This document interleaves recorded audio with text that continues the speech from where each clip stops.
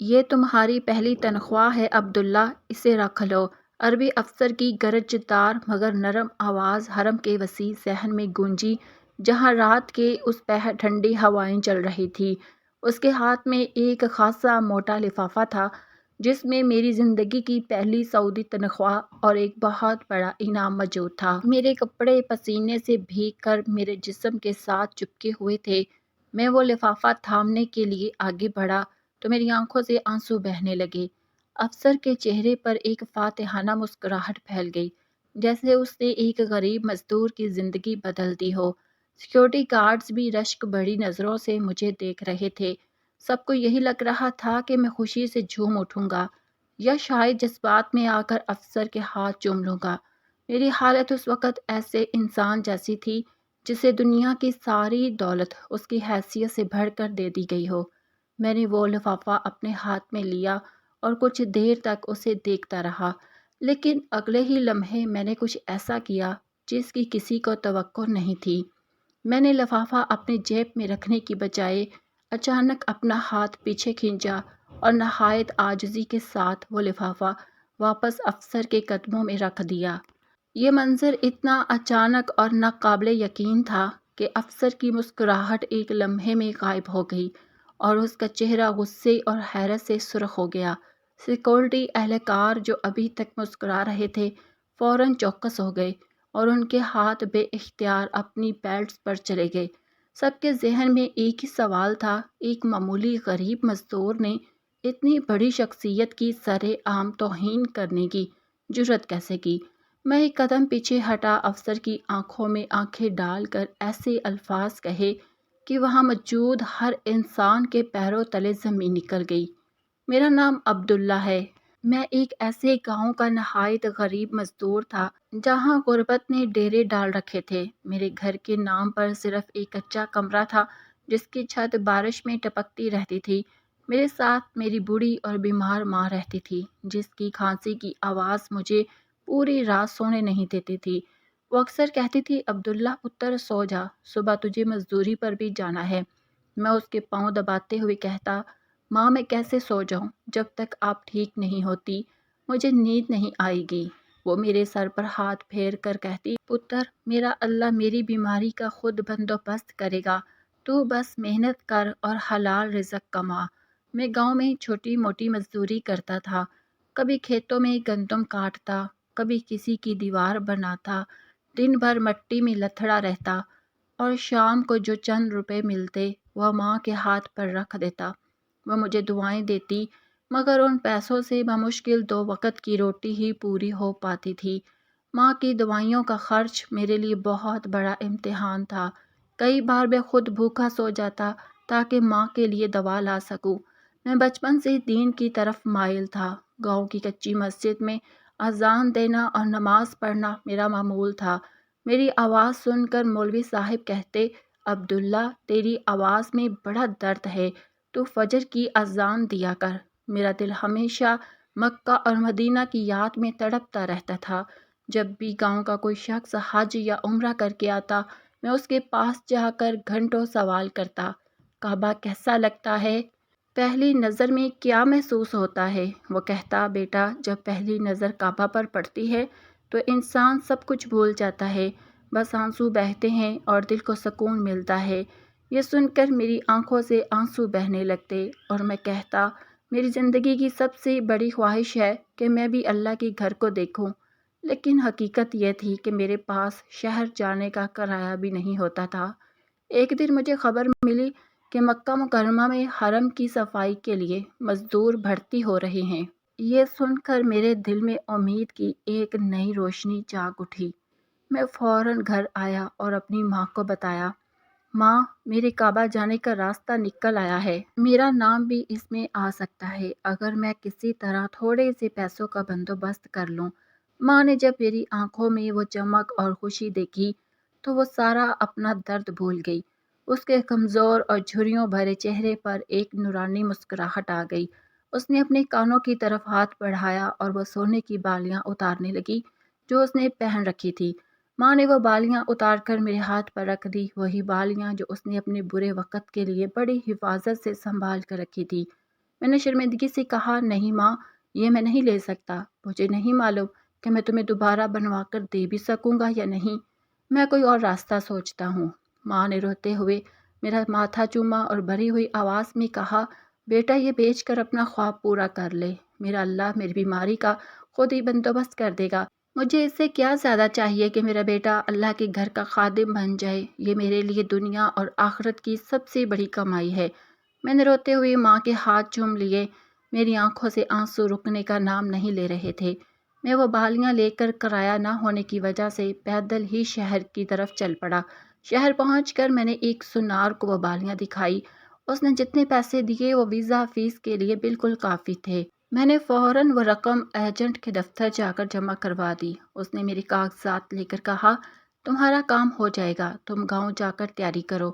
کچھ عرصے بعد میرا نام صفائی کے عملے میں آ گیا اور وہ دن میری زندگی کا سب سے خوشی کا دن تھا۔ چند ہی دنوں بعد خبر ملی کہ میرا ویزا لگ گیا ہے اور میری ڈیوٹی براہ راست مسجد الحرام میں خانہ کعبہ کے صحن میں لگ گئی ہے۔ یہ سن کر میں سجدے میں گر گیا اور اللہ کا بے حد شکر ادا کیا۔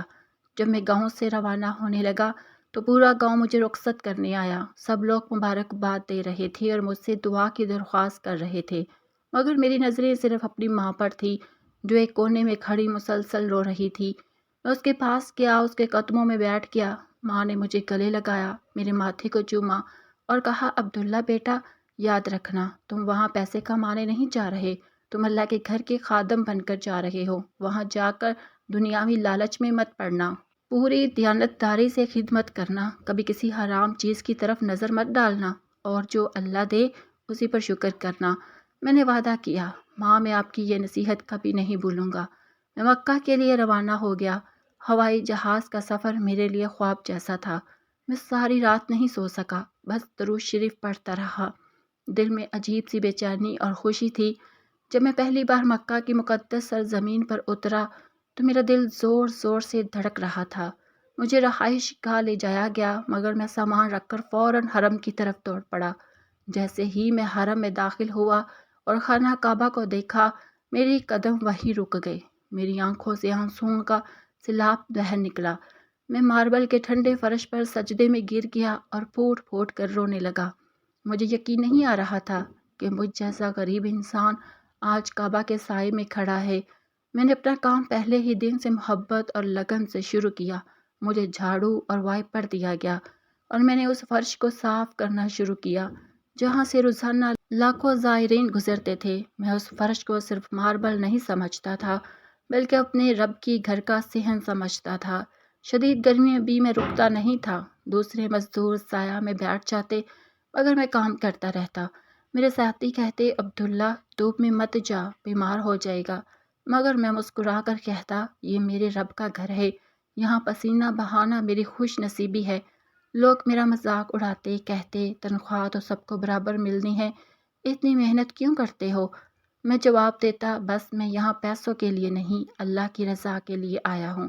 مجھے اپنی ماں کی نصیحت ہر وقت یاد رہتی تھی اور مجھے نہیں معلوم تھا کہ میری یہی دیانت اور محنت بہت جلد میرا امتحان لینے والی ہے۔ انہی دنوں مسجد الحرام میں ایک نیا سخت افسر مقرر ہوا جس کا نام سلمان تھا۔ وہ اپنے اصولوں اور سختی کے لیے مشہور تھا۔ اس کے آنے کے بعد حالات بدل گئے۔ وہ خود آ کر ہر جگہ نگرانی کرتا اور کام چوروں کو سخت سزا دیتا۔ پورے عملے میں خوف کی لہر دوڑ گئی اور وہ یہ بھی دیکھتا رہتا کہ کون پوری ایمانداری سے اپنا فرض ادا کر رہا ہے اور کون صرف وقت گزارنے کے بہانے تلاش کر رہا ہے۔ اس سخت نگرانی کے دوران اس کی نظر کئی بار مجھ پر پڑی۔ اس نے مانیٹرنگ روم کی بڑی اسکرینوں پر یہ نوٹ کیا کہ جب باقی لوگ نظر بچا کر سستانے کی کوشش کرتے ہیں اور اپنے نگران کے جانے کا انتظار کرتے ہیں تو میں اس وقت بھی اپنے کام میں مصروف رہتا ہوں۔ دوپہر کے وقت جب سورج آگ برسا رہا ہوتا اور ماربل کا فرش تندور کی طرح تپ رہا ہوتا، تب بھی میں پانی اور وائپر کے ساتھ صحن میں محتاط کھڑا ہوتا۔ وہ اکثر اپنے ماہتوں سے پوچھتا ہے کہ یہ پاکستانی مزدور کون ہے جس کے ہاتھ کسی بھی وقت رکنے کا نام ہی نہیں لیتے۔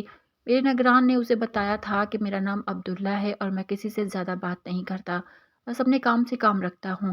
سلمان کو شاید میری یہ لگن اور دکھاوا لگتی تھی، کیونکہ اس کا خیال تھا کہ ہر انسان کی برداشت کی ایک حد ہوتی ہے اور کوئی بھی شخص اتنی شدید گرمی میں بغیر کسی لالچ کے اس طرح دیوانہ وار کام نہیں کر سکتا۔ اسے لگتا تھا کہ شاید میں اس کی نظر میں آنے کے لیے یہ سب کر رہا ہوں تاکہ مجھے کوئی ترقی یا مالی فائدہ مل جائے، لیکن اسے میرے دل کا وہ حال معلوم نہیں تھا جو ہر وقت اپنے رب کی محبت میں دھڑکتا تھا۔ پھر مکہ کی ایک عجیب رات نے سلمان کے اس گمان کو ہمیشہ کے لیے خاک میں ملا دیا۔ وہ رات معمول کی راتوں سے بالکل مختلف تھی۔ عشاء کی نماز کے بعد اچانک موسم نے کروٹ لی اور مکہ شہر میں ایک شدید آندھی چلنے لگی۔ ہوائیں اتنی تیز تھی کہ ان کی سائیں سائیں سے دل خوف زدہ ہو جاتا تھا۔ حرم کے صحن میں بھی اس آندھی کی وجہ سے بہت سا گرد و غبار اور کیچڑ اڑ کر آنے لگا۔ زائرین کو طواف کرنے میں سخت دشواری پیش آ رہی تھی کیونکہ مٹی سیدھی آنکھوں میں پڑ رہی تھی اور سانس لینا بھی مشکل ہو رہا تھا۔ یہ وہ وقت تھا جب مزدوروں کی شفٹ تبدیل ہو رہی تھی۔ پرانا عملہ اپنے وقت مکمل کر چکا تھا اور نیا عملہ ابھی تک اپنی رہائش گاہوں سے نکل نہیں پایا تھا کیونکہ باہر آندھی بہت تیز تھی۔ زیادہ تر مزدور جو ڈیوٹی پر تھے وہ بھی تیز ہوا سے بچنے کے لیے ستونوں کے پیچھے یا راحت داریوں میں پناہ لے چکے تھے۔ سلمان اس وقت کنٹرول روم میں موجود تھا اور اسکرینوں پر حرم کا جائزہ لے رہا تھا۔ اس نے دیکھا کہ طواف کرنے والے چند ہی لوگ رہ گئے ہیں اور صحن میں ہر طرف مٹی اڑ رہی ہے۔ اچانک اس کی نظر اسکرین کے ایک کونے پر پڑی جہاں مطاف کے کنارے ایک اکیلا شخص اس گرد و غبار کے طوفان میں کھڑا تھا۔ وہ شخص میں تھا۔ میں نے اپنے چہرے پر کپڑا لپیٹا ہوا تھا اور میں اکیلا ہی ایک بڑا وائپر لیے مسلسل اس حصے کو صاف کر رہا تھا جہاں سے طواف کرنے والے گزر رہے تھے۔ ہوا اتنی طاقتور تھی کہ میرا وائپر بار بار پیچھے کی طرف دھکیلا جا رہا تھا، لیکن میں پوری قوت سے اسے آگے بڑھاتا اور پانی کے ساتھ مٹی کو بہا کر نالے کی طرف لے جاتا۔ میرا مقصد صرف یہ تھا کہ اللہ کے گھر کا طواف کرنے والوں کے پاؤں میں مٹی کی کوئی کرچ نہ چپک جائے اور وہ آسانی سے اپنا طواف مکمل کر سکیں۔ میں گرد میں مکمل طور پر آٹا ہوا تھا اور میری سانس بھی پھول رہی تھی، لیکن میرے ہاتھ مسلسل چل رہے تھے۔ سلمان یہ منظر دیکھ کر اپنی کرسی سے کھڑا ہو گیا۔ اسے یقین نہیں آ رہا تھا کہ ایک مزدور جس کی ڈیوٹی بھی ختم ہو چکی ہے اس طوفان میں اکیلا کیوں اپنی جان کھپا رہا ہے۔ وہ کنٹرول روم سے نکلا اور تیز قدموں سے چلتا ہوا سیدھا مطاف کی طرف آیا۔ ہوائیں اس کے کپڑے بھی اڑا رہی تھی۔ وہ میرے قریب آیا اور اس نے میرے کندھے پر سختی سے ہاتھ رکھا۔ میں نے مڑ کر دیکھا تو وہ اعلیٰ افسر میرے پیچھے کھڑا تھا۔ اس نے قدرے اونچی آواز میں کہا، تم یہاں کیا کر رہے ہو؟ اندر جا کر پناہ لو، طوفان بہت تیز ہے۔ میں نے چہرے سے کپڑا ہٹایا اور مسکرا کر جواب دیا، صاحب طواف کرنے والے ابھی بھی طواف کر رہے ہیں۔ اگر میں نے صفائی چھوڑ دی تو ان کے پاؤں میں مٹی آئے گی اور میرے رب کے مہمانوں کو تکلیف ہوگی۔ میں اللہ کو کیا جواب دوں گا کہ اس کے مہمان تکلیف میں تھے اور میں اس کا خادم اپنی جان بچا کر آرام کر رہا تھا۔ میری یہ بات سلمان کے دل پر گہرا اثر کر گئی۔ وہ وہی کھڑا مجھے دیکھتا رہا۔ اس نے پوچھا، کیا تمہیں اضافی پیسوں کا لالچ ہے جو تم ڈیوٹی ختم ہونے کے بعد بھی یہ مشقت کر رہے ہو؟ میں نے وائپر روکا، اس کی آنکھوں میں دیکھ کر کہا، صاحب میں اس مٹی کو صاف کرنے کے بدلے اپنے گناہوں کی صفائی مانگ رہا ہوں اور یہ سودا دنیا کے ہر سکے سے بہت بڑا ہے۔ سلمان کے پاس اس بات کا کوئی جواب نہ تھا۔ وہ خاموشی سے واپس چلا گیا، لیکن اس رات کے بعد اس کی نظر میں میرے لیے ایک عجیب سی عزت پیدا ہو گئی۔ اب جب بھی وہ مجھے دیکھتا اس کے چہرے پر سختی کی بجائے نرمی ہوتی۔ وہ اکثر میرے پاس سے گزرتے ہوئے مجھے سلام کرتا، جو ایک اعلیٰ افسر کے لیے بہت بڑی بات تھی۔ اس واقعے کو کچھ ہی دن گزرے تھے کہ حرم میں ایک ایسا ہنگامہ کھڑا ہو گیا جس نے پوری انتظامیہ کو شدید پریشانی میں ڈال دیا۔ دن کا وقت تھا اور مطاف میں زائرین کا بے پناہ رش تھا۔ انہی میں ایک نہایت امیر اور با اثر عرب شیخ بھی موجود تھا جو اپنے خاندان کے ساتھ طواف کر رہا تھا۔ وہ شیخ اپنی دولت اور اثر و شوق کی وجہ سے پورے عرب میں مشہور تھا۔ طواف کے دوران اچانک اسے محسوس ہوا کہ اس کی کلائی سے اس کی قیمتی بریسلٹ غائب ہو گیا ہے۔ یہ کوئی عام زیور نہیں تھا بلکہ خالص سونے اور نایاب ہیروں سے جڑا ایک خاندانی شاہکار تھا جس کی قیمت کا اندازہ لگانا عام انسان کے بس کی بات نہ تھی۔ شیخ نے فوراً اپنے محافظوں کو اطلاع دی اور پھر حرم کی انتظامیہ میں کھلبلی مچ گئی۔ سلمان اور دیگر افسران کو بلایا گیا اور پورے حرم میں تلاش شروع ہو گئی۔ کیمرے بار بار دیکھے جانے لگے لیکن رش اتنا زیادہ تھا کہ کچھ واضح نظر نہیں آ رہا تھا۔ تمام مزدوروں کو جمع کیا گیا، ان کی سخت تلاشی لی گئی، ہر طرف بے چینی پھیلی ہوئی تھی۔ اسی دوران میں اس ہنگامے سے بے خبر صفا اور مروہ کے راستے پر فرش صاف کر رہا تھا۔ اچانک میری نظر ایک چمکتی ہوئی چیز پر پڑی۔ پانی کے بہاؤ کے ساتھ ایک نہایت خوبصورت ہیروں سے جڑا بریسلٹ نالی کی طرف جا رہا تھا۔ میں نے فوراً اسے اٹھا لیا۔ اس کی چمک اتنی تیز تھی کہ آنکھیں چندھا گئی۔ میں ایک غریب اور ان پڑھ مزدور تھا لیکن اتنا ضرور سمجھ گیا کہ یہ کوئی بہت قیمتی چیز ہے۔ میں نے ارد گرد دیکھا، کوئی مجھے نہیں دکھ رہا تھا۔ ایک کڑا امتحان تھا۔ میرے ذہن میں اپنے گاؤں کا ٹوٹا ہوا گھر، بیمار ماں اور بھوک کے وہ دن گھوم گئے۔ اگر میں یہ بریسلٹ رکھ لیتا تو میری زندگی بدل سکتی تھی، میری ماں کا علاج، آرام کی زندگی، سب ممکن تھا۔ مگر اسی لمحے مجھے اپنی ماں کی آواز یاد آئی، بیٹا حرام کی چیز کی طرف کبھی نظر نہ کرنا۔ میرا دل کانپ اٹھا، میں نے فوراً اللہ سے معافی مانگی۔ اس نے مجھے یقین دلاتے ہوئے کہا، عبداللہ آج تم جو مانگو گے حکومت تمہیں وہی دے گی، ہم تم جیسے ہیرو کو خالی ہاتھ ہرگز نہیں جانے دیں گے، اور تمہاری ایمانداری کا صلہ ضرور دیا جائے گا۔ یہ سن کر میں نے اپنے کھدرے ہاتھوں سے آنسو صاف کیے، میری آنکھوں میں ایک عجیب سی چمک اور بے قراری پیدا ہو گئی۔ میں نے چہرہ موڑا اور میری نظریں سیدھی خانہ کعبہ کے سیاہ غلاف پر جا ٹکی، جو رات کی روشنی میں عجیب جلال اور سکون بکھیر رہا تھا۔ میں نے کانپتا ہوا ہاتھ کعبہ کی طرف اٹھایا اور سلمان کی طرف دیکھتے ہوئے کہا، صاحب اگر آپ مجھے کچھ دینا ہی چاہتے ہیں تو مجھے دنیا کی کوئی فانی چیز نہیں چاہیے، بس میری ایک چھوٹی سی روحانی خواہش پوری کر دیں۔ وہاں موجود سب لوگ بے چینی سے میرے ہونٹوں کی طرف دیکھ رہے تھے کہ میں کیا مانگنے والا ہوں۔ میں نے گہری سانس لی اور کہا، مجھے بس اتنی اجازت دے دیں کہ سیکورٹی گارڈز کچھ دیر کے لیے راستہ خالی کر دیں۔ میں نے آج تک خانہ کعبہ کو صرف دور سے دیکھا ہے، میری زندگی کی سب سے بڑی خواہش ہے کہ میں حجر اسماعیل کے اندر جا کر اپنے رب کے حضور سجدہ کر سکوں۔ میں نے مزید کہا، مجھے کچھ دیر کے لیے حتیم کے اندر جانے کی اجازت دے دیں تاکہ میں سکون سے 2 نفل پڑھ سکوں اور کعبہ کے سائے میں بیٹھ کر اپنے رب سے دل کی باتیں کر سکوں، کیونکہ میرے لیے کعبہ کے اندر سجدہ کرنے سے بڑھ کر کوئی بادشاہت نہیں۔ یہ سن کر وہاں موجود ہر شخص پر سکتہ طاری ہو گیا۔ سیکورٹی اہلکاروں کی آنکھوں میں بھی آنسو آ گئے۔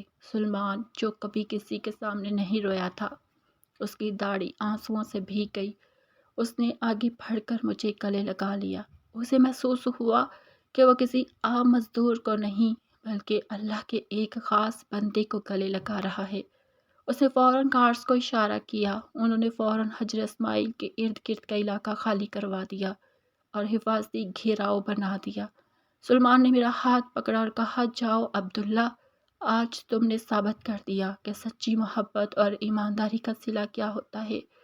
میں روتا ہوا حتیم کے اندر داخل ہوا، میں نے دیوار کو چھوا، کعبہ کے غلاف کو سینے سے لگایا اور شدت سے رونے لگا۔ میں نے وہاں نماز کے لیے نیت باندھی، جو سکون مجھے اس وقت ملا وہ الفاظ میں بیان نہیں کیا جا سکتا۔ مجھے لگا جیسے اللہ نے مجھے اپنے گھر میں بلا کر خاص مہمان بنا لیا ہو۔ میں سجدے میں گر کر اپنی بیمار ماں کے لیے دعا مانگنے لگا، اپنے گناہوں کی معافی طلب کی اور اس نعمت پر اللہ کا شکر ادا کیا جو چند لمحے میری زندگی کا سب سے قیمتی سرمایہ بن گئے۔ بعد میں جب میں باہر آیا تو سب لوگ میرا احترام کر رہے تھے۔ سلمان نے کہا، تم نے آج ہمیں وہ سبق دیا ہے جو کوئی بڑا استاد بھی نہیں دے سکتا۔ کچھ دن بعد سلمان نے مجھے اپنے دفتر بلایا اور بتایا کہ میری کہانی حکومت سعودی عرب تک پہنچ گئی ہے۔ اس نے ایک لفافہ دیتے ہوئے کہا، یہ تمہاری ماں کا ویزا اور ٹکٹ ہے۔ حکومت نے ان کے علاج کا مکمل خرچ بھی اٹھائے گی تاکہ وہ مکہ آ کر تمہارے ساتھ عمرہ بھی ادا کر سکے۔ یہ سن کر میں سجدے میں گر گیا۔ چند دن بعد میری ماں مکہ پہنچی۔ جب اس نے خانہ کعبہ دیکھا تو وہ رونے لگی اور مجھے گلے لگا کر کہنے لگی، عبداللہ تم نے میری تربیت کا حق ادا کر دیا۔ میری ماں کا علاج ہوا اور وہ صحت یاب ہو گئی، پھر اس نے میرے ساتھ عمرہ ادا کیا۔ میں نے اپنی ماں کی خدمت کی اور خانہ کعبہ کی خدمت کا شرف بھی حاصل کیا۔ یہ سب اس لیے ممکن ہوا کیونکہ میں نے اپنی ماں کی نصیحت پر عمل کیا، دنیا کی لالچ میں کبھی نہ پڑنا اور ایمانداری سے کام کرنا۔ آج بھی جب میں کعبہ کو دیکھتا ہوں تو مجھے محسوس ہوتا ہے کہ سچی لگن اور ایمانداری کبھی ضائع نہیں جاتی، اور حتیم میں پڑے گئے وہ 2 نفل میری زندگی کا روشن ستارہ بن گئے۔